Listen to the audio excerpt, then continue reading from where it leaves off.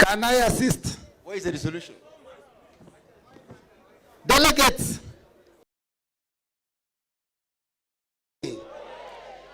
The final resolution which we have sent Zain Abubakar to present to us was a proposal to endorse his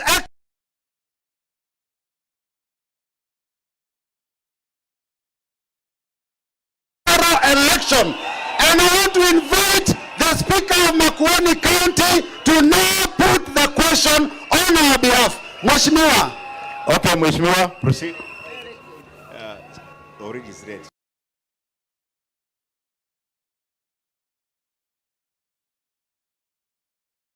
For delegates, at this very assembly of Uhuru Park at historic place, for this country will be saved by, among others, Dr. Stephen Kalonzo Musyoka. I now want to put the question for vote.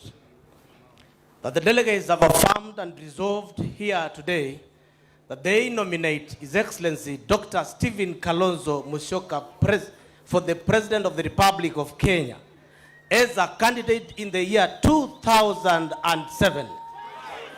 2027. Allow me to repeat. The delegates do here resolve and have nominated His Excellency Dr. Stephen and the endorsement to run for the election as a president in the year 2027. Will as many as of that opinion say aye? Aye. Will as many as of a contrary opinion say nay?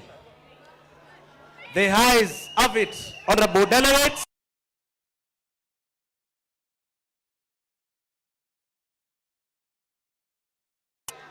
That now the resolution be conveyed to the wiper Patriotic Front for implementation forthwith. Thank you. Next order.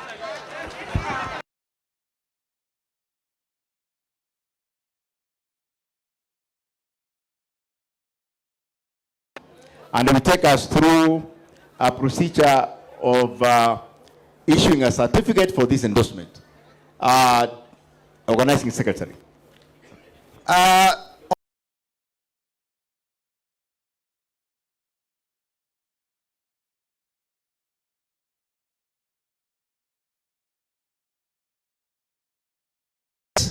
That endorses you as our candidate, and would like the Secretary General to first come and sit here and then sign it on behalf of the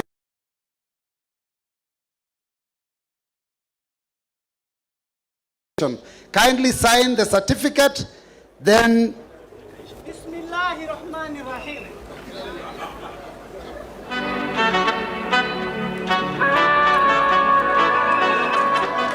Makofi kwa Secretary General wa chama. Wait.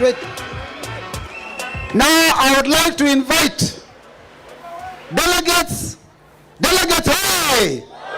Delegates, hey! Wapa!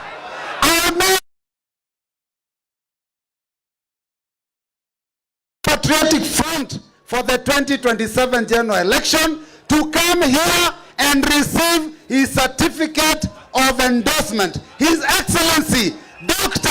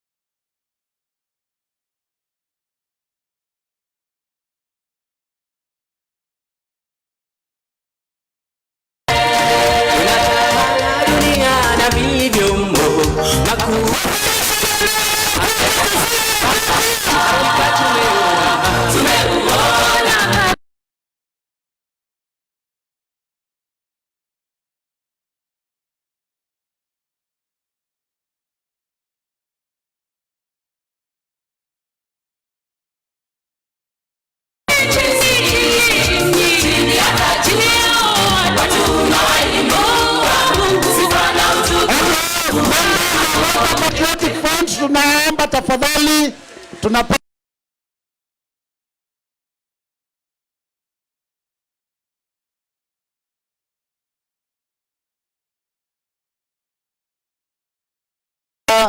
Joey, you can keep the Your Excellency kindly we ask that you remain. Your Excellency kindly we ask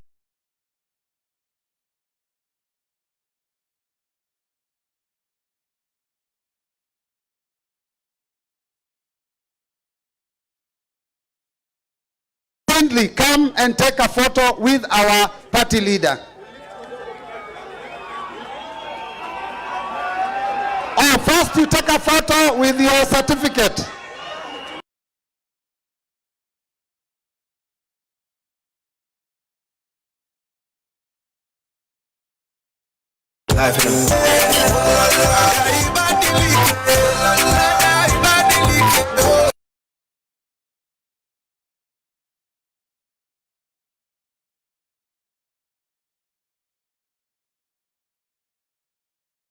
Family of His Excellency Dr. Stephen Kalonzo Musyoka, family tafadhali muje mpigwe picha.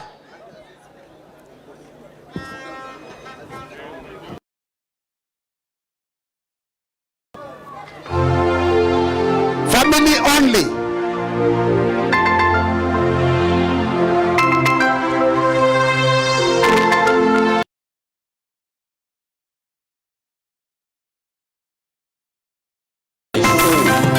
Family, cameraman tafadhali piga picha ya familia. Can you kindly thank our leader?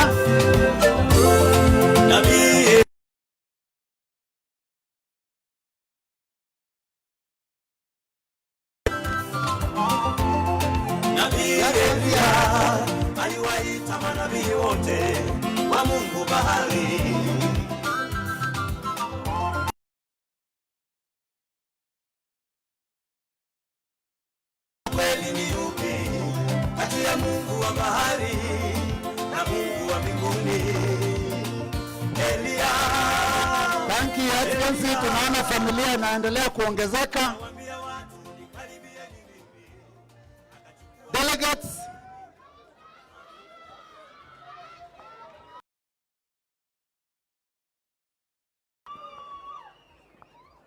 Delegates, we now want to invite our party leader to confirm whether he accepts the endorsement given by this National Delegates Conference.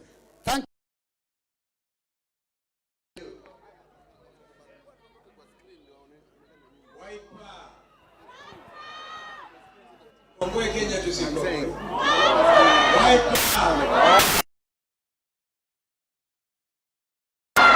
Remember there was need for concerted Harambee effort, it's now. Wazalendo wenzangu, with a deep sense of duty and high resolve, I accept your nomination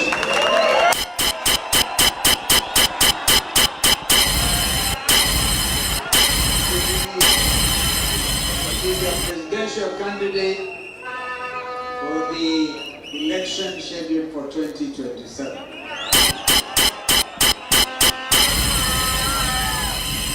I accept it with a full and grateful heart, without reservation.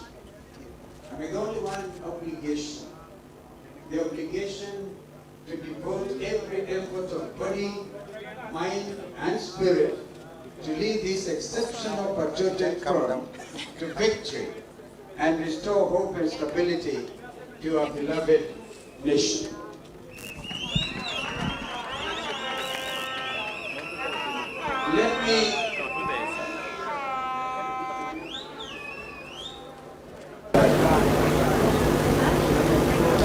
Let me, however, take a moment to thank the Almighty God, who has been my guide. Without Him, definitely I would not even be here today. To my family, some of whom you have met, extended family also goes to places like Kirinyaga. My sister, twin sister, they got my only daughter, got her to Kirinyaga. Mary and Martin are out there in the UK. My little boy, Clay, very fond of him. Ken and Mama Pauline and Gebo and Siomodi. That's the camper way of living. Can't mention my daughter, I go by name. So that's her name.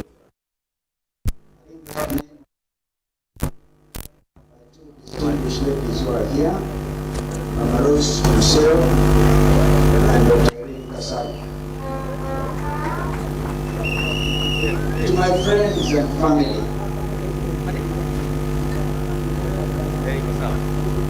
who are here or watching online,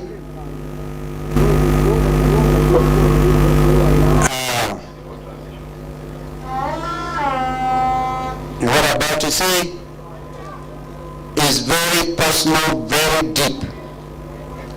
To my darling wife, Pauline, who is watching, the mother of our children,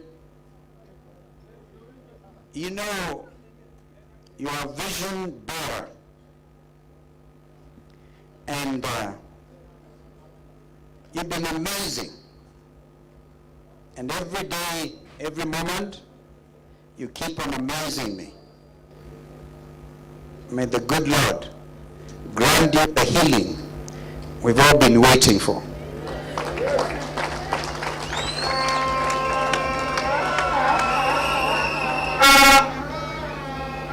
To our fellow citizens,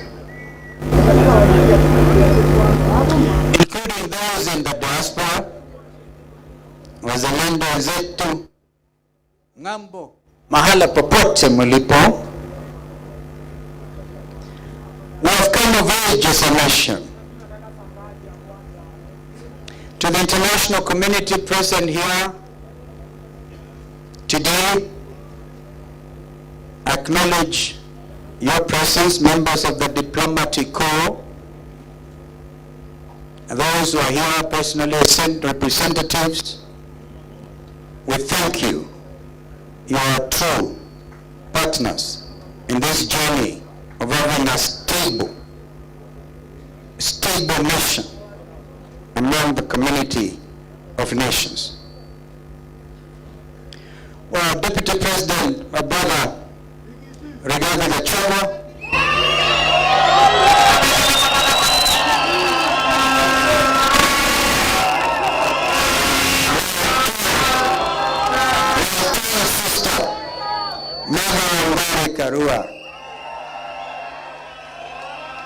my young brother Eugene Wamala,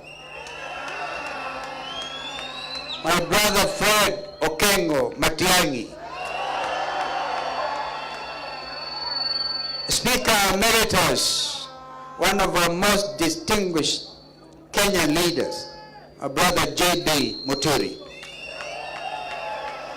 And I really commend you for writing that wonderful book.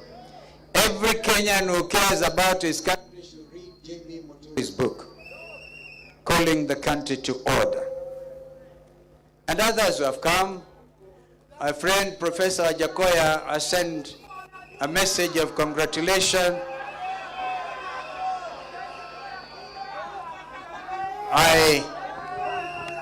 Our friend Governor Natembea of Tanzania has actually gone down with flu. He really wanted to be here. Thank you for coming here as our special observers. And I want to recognize Engineer Maina, who is also representing our brother, Governor Peter Munya. Fellow patrons, and now we seek your indulgence. I seek your indulgence. Comrades, power. Comrades, silence. Today, I stand before you with both a heavy heart and renewed determination. Our country is hurting. Our people are suffering. And this suffering is not accidental.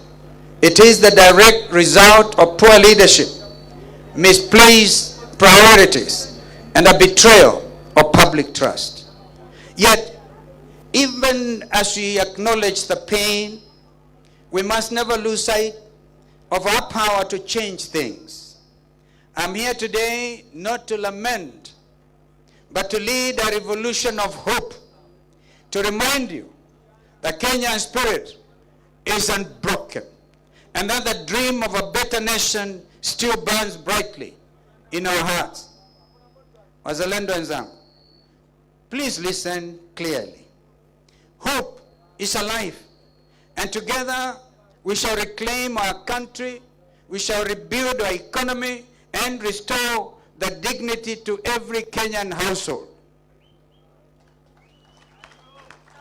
Our Patriotic Front chose this venue, Uhuru Park, for many reasons, some of which have been elaborated by our brother Zain. History has been made here, and today, our present and our future will be proclaimed from this venue. This is our, please give me your ear, we'll come to that. This is our present circumstance today, and let us speak honestly about where we are. Na wauliza jameni unyamaza. Wewe nyamaza kidogo. Each day dawns with a new levy, a new penalty, and a new heartbreak. We pay taxes for services we never receive. No jobs, no medicine, no food, and no relief. This is not taxation for development. It is taxation for the survival of a few. We know Ruto. We are a nation with one of the best educated populations in Africa. Yet our young people, bright, creative, and full of potential, remain unemployed and disillusioned. Our graduates hawk goods on the streets, while unqualified cronies occupy top positions in government. This is not the Kenya we envisioned, or indeed that envisioned by our founding fathers. Our hospitals are understaffed and under-equipped. Mothers give birth in fear, literally, in fear, because they don't know whether this share thing will pay their bill. Doctors go unpaid. Our hospitals run out of essential drugs. What should be universal health care has been turned into a playground of corruption. Share shift forced on Kenyans has become the most consequential threat to our well-being. Education, once the key to opportunity, has become a burden. Parents are drowning in debt. Teachers and lecturers are demoralized. Students are uncertain of their future. As we speak, some of our best brains in this country, university dons, are on strike, and nobody seems to care. They have gotten our universities defunded, literally. A government that toys with children's education has lost its moral compass. And what of our economy? Once a beacon of growth, it now lies in disarray. Industries have closed, investors are fleeing, and ordinary Kenyans are struggling to survive. Our brothers and sisters wake up so early in the morning to walk to industrial area, only to arrive and find doors shut and their jobs shifted to neighboring countries because of this regime's taxation policy. What about this regime's insatiable appetite for loans upon loans upon loans? Kenya's public debt under this regime has become an albatross around our necks. They call it bottom-up economics. But what we see is bottomless corruption and a top-down greed. It is not an economic plan. It is an economic funeral, I dare say.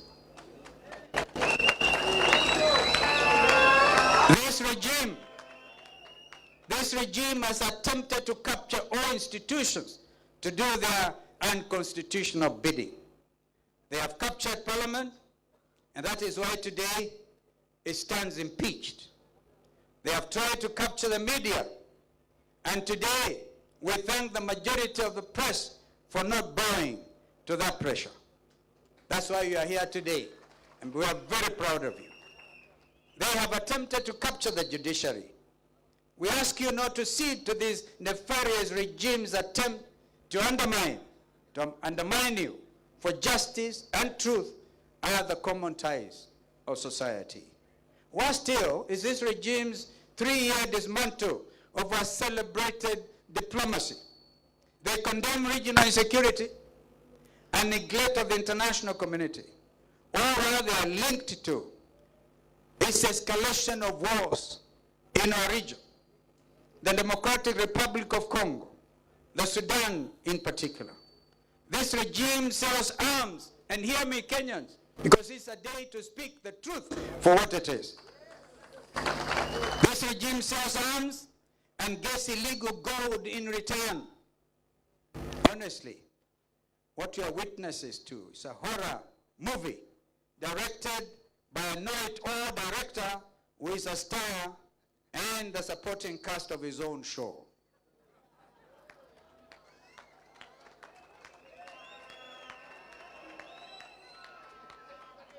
The Ruto regime calls for reforms of international institutions and global agendas, including climate change, while he auctions of forests for carbon credits for his own personal aggrandizement.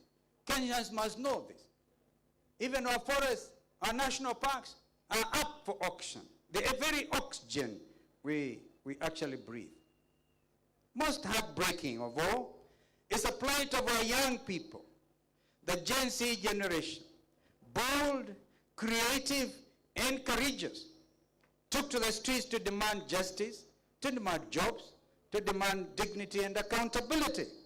But their voices on June 25th, 2024 were met not with dialogue, but with bullets and intimidation.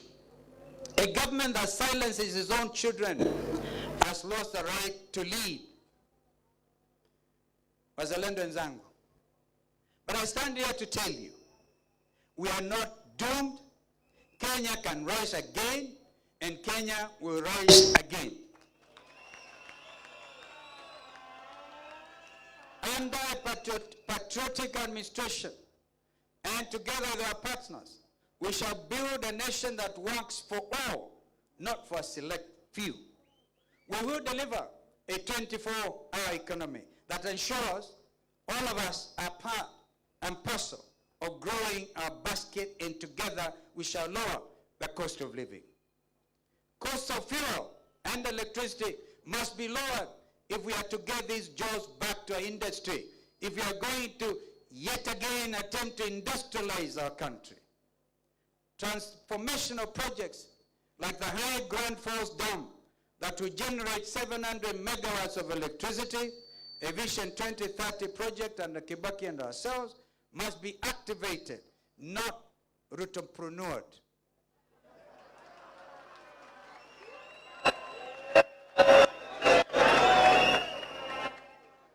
We will cut unnecessary taxes, such as a punitive affordable housing levy that is nothing short of quindy to steal from Kenyans. We have said time and again, Executive Order number 1, get rid of housing levy. We will have an affordable, relatable, and predictable policy that not only addresses our challenges but also considers the vast opportunities in manufacturing, in agriculture, in education, and in blue economy. Our economy be driven by innovation and integrity, not corruption and coercion. We will create real jobs for the youth. Every county will have a functional youth enterprise fund. Remember, youth enterprise fund swept under the carpet. Which will be transparent and theft-free. We'll establish technology hubs, create centers and local industries to absorb young talent. Professionalism, not Rutoism, will get you a job. As a lender, I promise you this.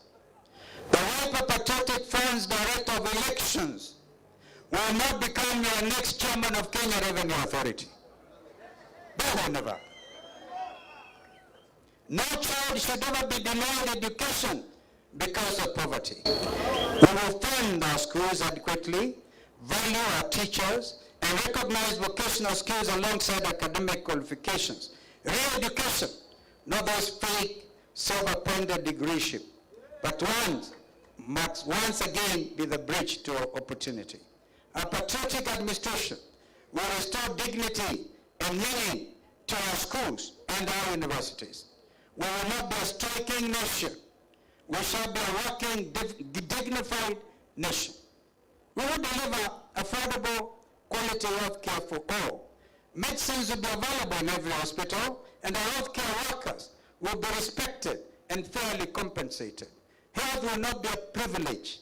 It is a right, and indeed an Article 43 right of our Constitution. We will build a just, safe, and united Kenya. Police brutality obviously will end. In fact, I think it has ended today, because if anybody had wanted to bring goons here, it can't work.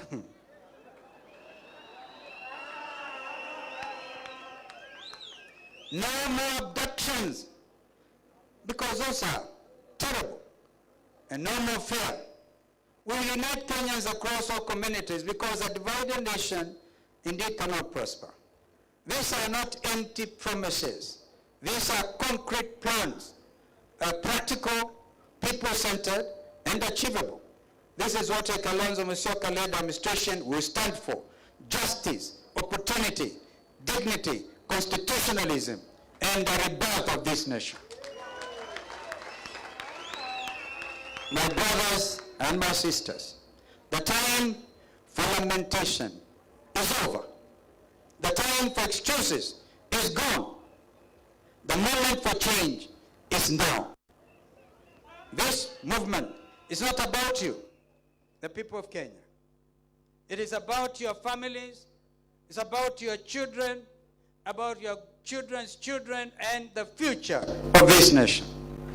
Ruto ordered you to be shot not in the head, but in the legs, because you dared to exercise your constitutional rights. I urge you, fellow Kenyans, and the Gen Zs, and the young Kenyans, I urge you today to shoot Ruto at the ballot.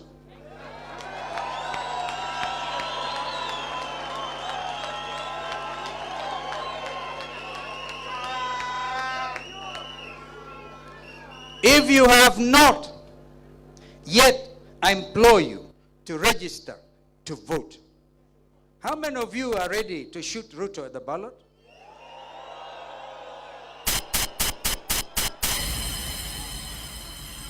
This is what will make Ruto one term. Komboa Kenya. Komboa Kenya. Harambee. When we rise together, no mountain is too high. When we rise together, no government can suppress us. When we rise together, Kenya will rise again. Are you ready for change? Are you ready for justice? Are you ready for a better Kenya? Then let us rise up together. Wazalendo wenzangu, this is our moment.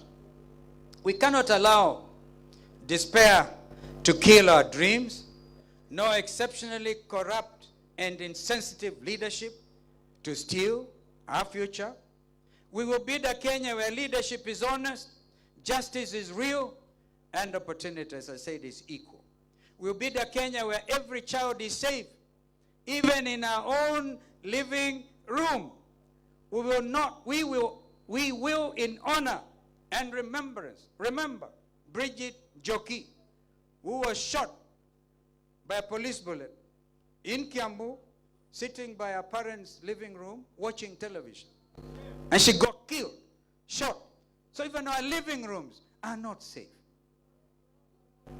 I salute our farmers, our mama boggers, and our border riders. The border riders actually escorted me this morning. I thank you. The true backbone of this country. I celebrate our youth, the beacons of hope will keep faith alive. From Lamu to Kiambu, from Isiolo to Bungoma, from Nairobi to Kisumu, from Wote to Turkana, from Tharaka to Kajiado, from Mombasa to Meru, and from Sugoi to Sekuru. We all deserve dignity, justice, and honest leadership. Together, we shall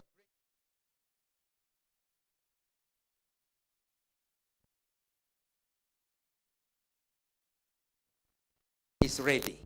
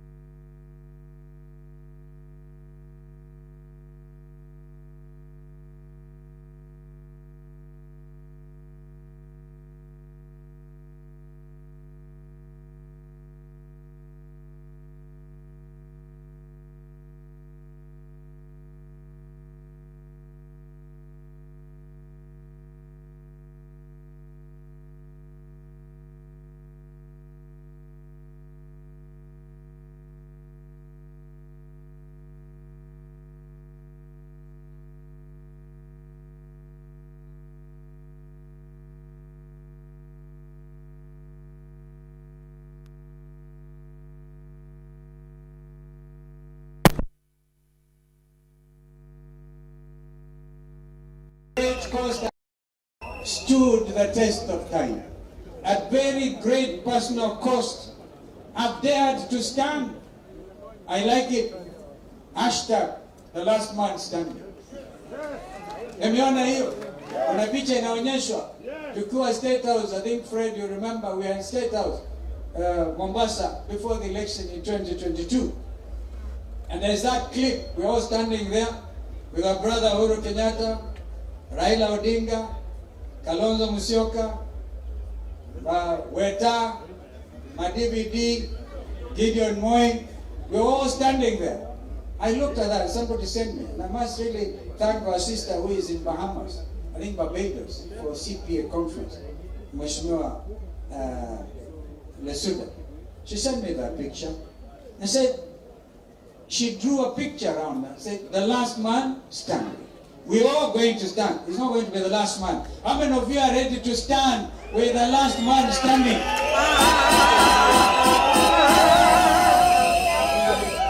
May God bless the work of Patriotic Front. Thank you so much for putting the confidence in me. You know, we always work as a team. We consult. Even when we decided, and I remember it was Dr. Makali Molu, who came up with the handage, Kuva driver, Kuva Makanga, when there was a motion of impeachment. He said, if you must impeach Rigathi Gachagua, impeach William Ruto kwanza. I think they have since realized the folly of those actions. Actions have consequences. And those consequences are bringing the new dawn. We thank William Ruto for impeaching Rigathi Gachagua, so that together we are going to liberate even William Ruto himself from this type of trouble.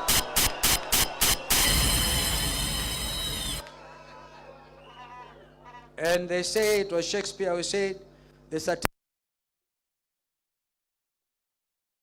certificate leads to fortune, abundant the rest of life is lived in misery. This is a paraphrasing. I want to encourage you, ndugu Rigathi. You stand stronger than when you are deputy president. Nobody knew you. Now the country knows you. My sister mother, my twin sister, you were Ruto, Raila's running mate. You were the first one to say, he, haifanyiki, most principled, amazing Kenyan lady, even the region, standing for justice and everywhere in our region. My sister mother, I'm very proud that you call me your political twin. We will stand together. My brother Eugene Wamalo, these last 2 years, we've been on those trips everywhere across the length and breadth of this country, waiting for other friends to come like Fred Matiang'i. And J.B. Muturi was waiting for him to be fired. And he got fired. And it is good that Ruto fired J.B. Muturi. My brother Torome, a brilliant mind in numbers. You see, now we're going to lead this revolution in real time. This coming election will not be stealable.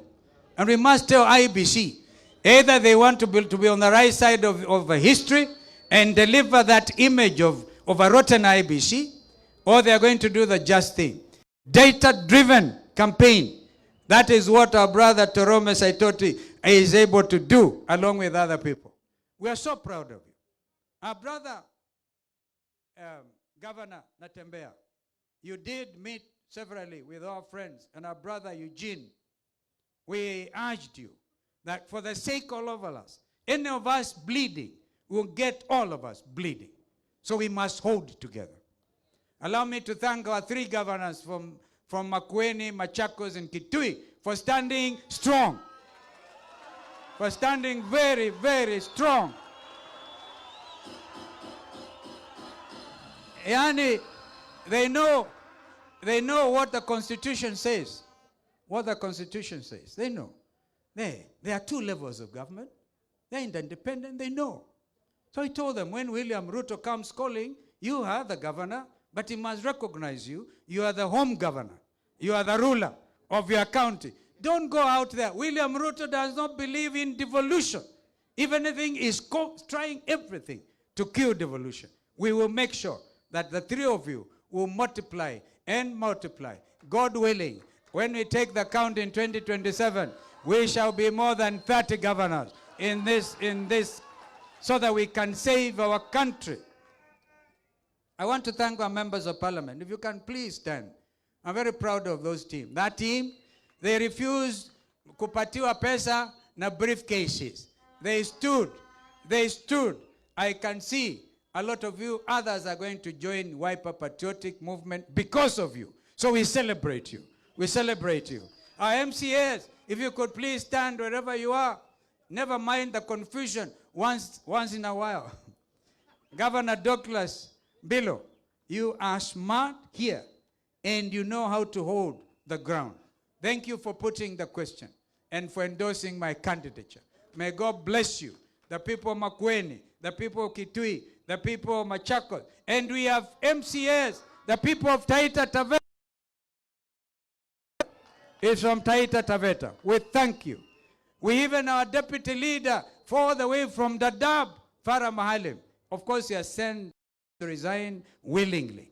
We wish him well wherever he goes, wherever his political journey takes him.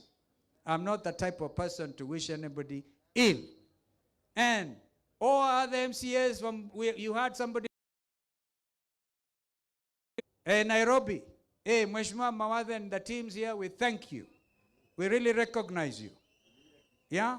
So, Nyamira Kisii, whoever has imagined Wiper is a regional party is absolutely wrong.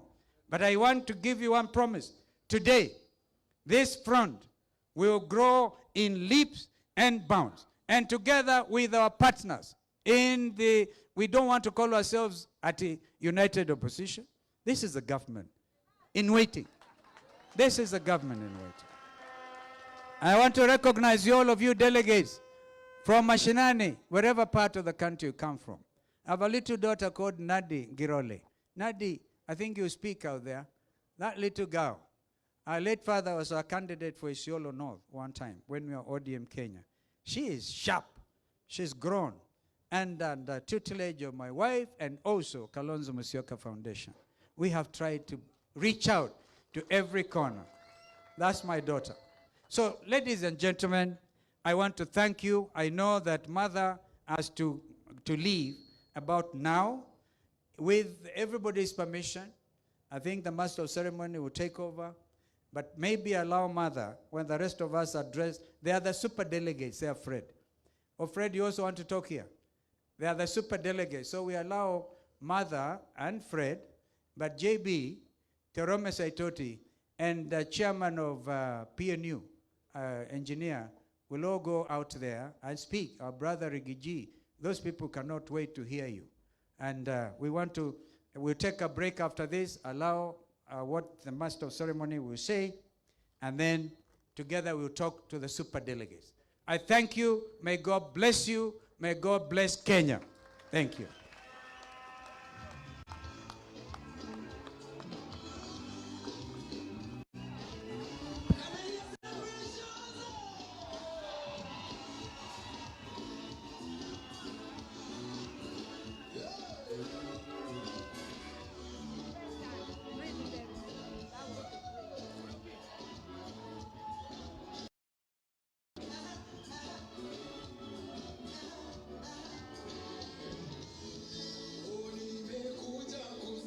Asanteni, asanteni, Your Excellency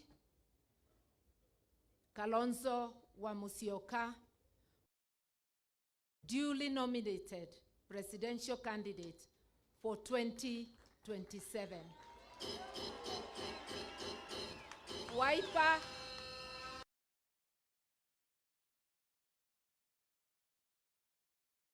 dear brothers, core principals, in Team Ukombozi, Team One Term.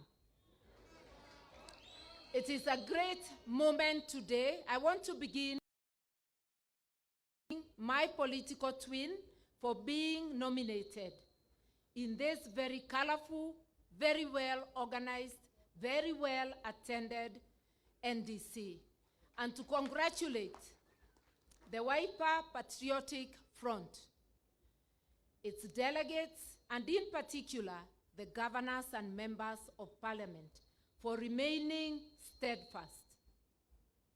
Wiper has been an exemplary party, and this is not the first time I am saying it.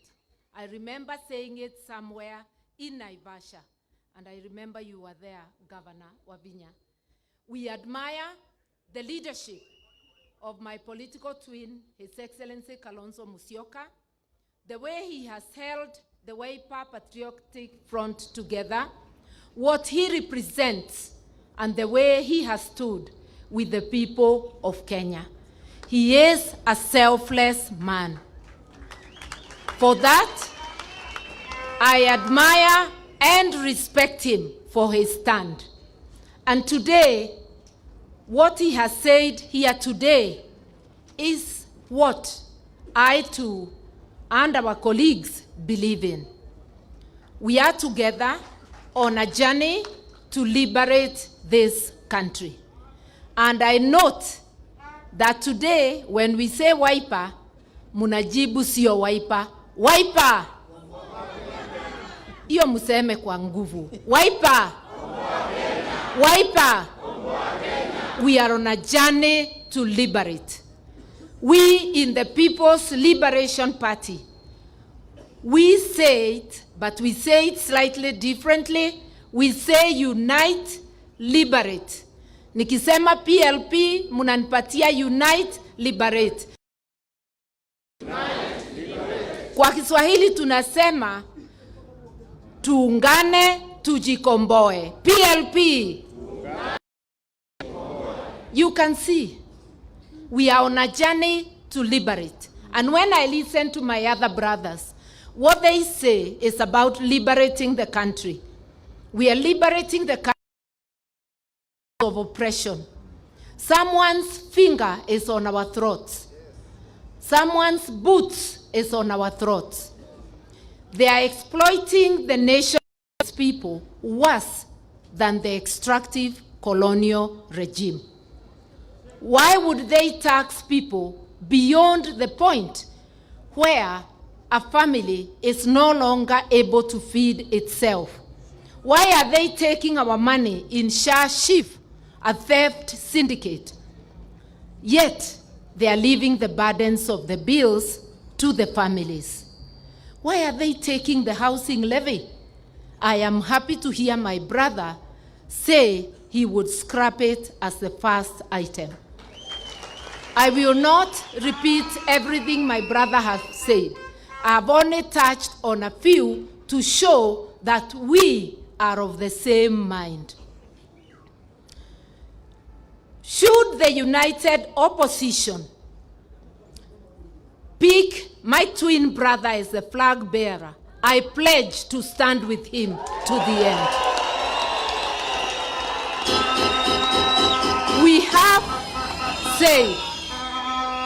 We have said that the nation is bigger than any of us. We must subordinate our ambitions for the good of the nation. Unity is not a luxury. It is a must. It's an imperative. Failing to unite is voting for the enemy, for the oppressor. And I want Kenyans to know we have only one enemy, the oppressor and those behind him. And I will not utter the name. I can only use the popular name Kasongo and everything Kasongo represents. And I want to tell Kasongo a message for Kasongo from this podium of the Wiper, the Patriotic Front. We will not allow you to graduate as a dictator on this Kenyan soil. Our constitution forbids anything that is not democratic. We will therefore, we can see you are in a hurry to become like a certain other within this region. We will not allow any such graduation, we promise you. And we promise the people of Kenya nothing short of liberation, a better life, a prosperous life, and a country founded on the rule of law.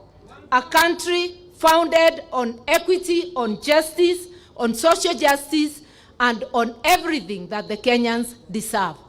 And we therefore say, mambo ni, sio poa ni wanta, mambo ni, kila mahali Kenya mambo ni, mimi naomba kuondoka. Tunaenda kwa mkutano mwingine, sio wa kisiasa. Huyu ni wa akina mama, tunaenda kumpatia tunzo mwenzetu ambaye amefikisha miaka 100. Kwa hivyo, muniruhusu nielekee, lakini nitawacha my agency ndivyo apate nafasi pia kusalimia the super delegates.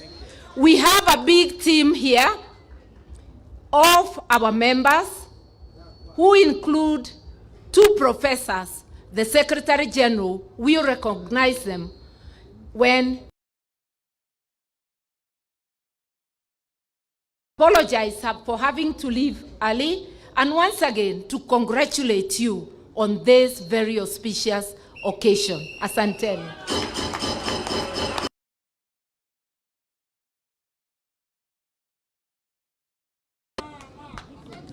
And now my brother Fred Okengo Matiang'i. I'm assuming I should have recognized my friend, another friend, party leader there, called Omingo Magara, of People's Democratic Party. If the other party leaders, tutaongea huko kwa super delegate, but because Fred has to leave, and Mother, we are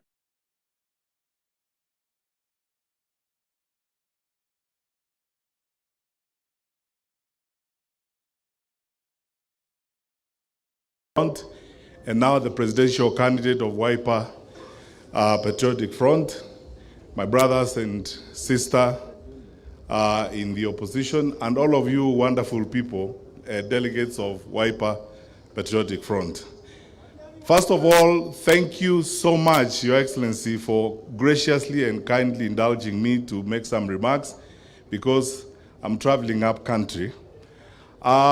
First, let me start by congratulating you for a wonderful delegates conference you've had, and most importantly, for your nomination formally now as the presidential candidate for Wiper Patriotic Front.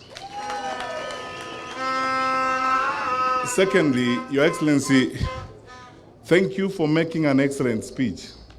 I associate myself and support every word that you uttered from here. So in a sense, you actually spoke for all of us this afternoon. My fellow Kenyans, there are many things we could say at this point in time, but I want to say only two.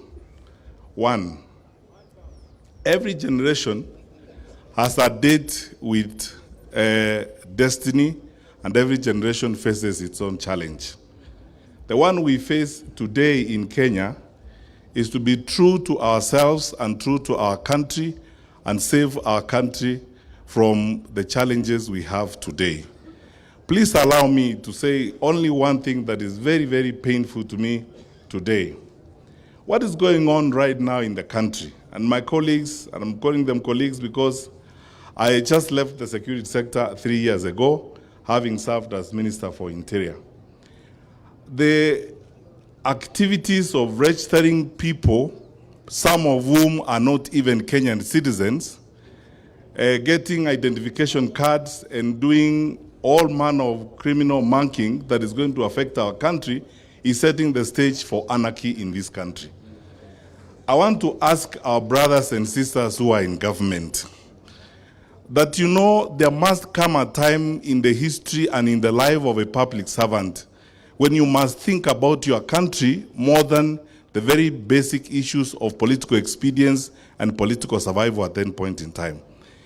The madness going on right now and those things that are happening, denying young people registration in parts of the country where people suspect they will not get votes, is setting the stage for anarchy. And I want to ask the IEBC and everyone responsible to think about this country very seriously. You may be in responsible positions today, you may be in power today, but please think about the country today and tomorrow. Secondly, people have been saying that the mood in Africa is such that you cannot serve one term, that it's very difficult to remove a sitting president. I honestly think that that nonsense has now been sorted out, and you know what that is. So, Kenyan people, soon enough we will have our opportunity to do a good thing for this country and follow suit and do what other good Africans have done where they have not been satisfied by service provision and service delivery. I honestly don't think we will let the Kenyan people down. Secondly, Your Excellency, I want to repeat and exactly say what Mother said here. We have agreed we must put ambition and everything else before the interest of this country. When we sit together, and should the united opposition, Your Excellency, decide that you will be the candidate, I will support you. We will support you.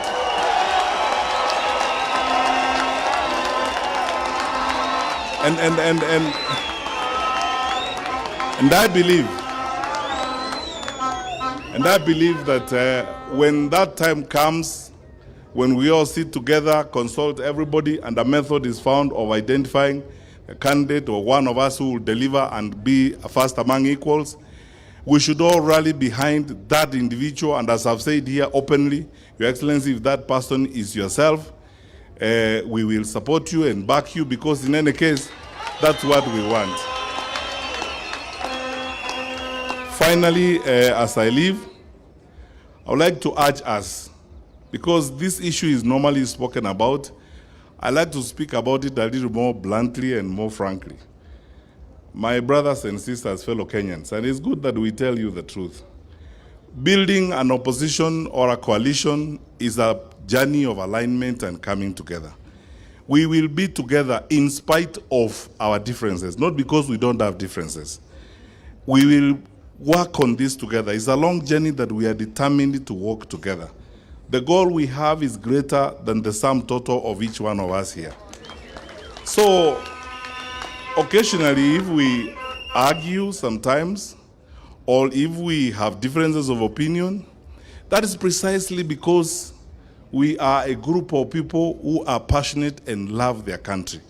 We do not expect that Kenyans want a government that looks like a boys' choir or a girls' quartet. It is supposed to be a group of people who are smart, who reason, who work together, who argue, then they come together and form one government. So, as we go forward, we will have our own active moments of fellowship. But we assure you that even during that fellowship, Kenya will be opportunity and priority number one as we go forward. So let us stay the course and continue to work together.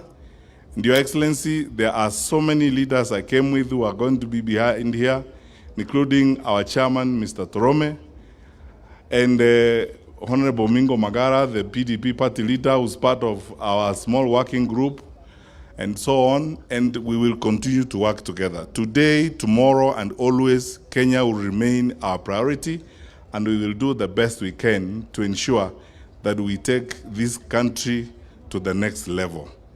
May God bless you indeed as we walk through this, and may we stick together, and may unity describe us as we demand that, as I said earlier, people who say that there would never be one term, let them just wait 2027 and see what will happen.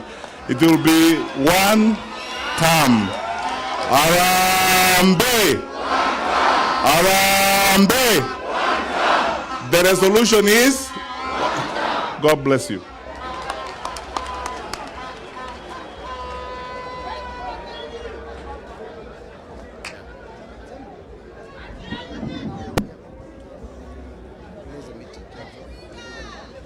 Thank you. Thank you.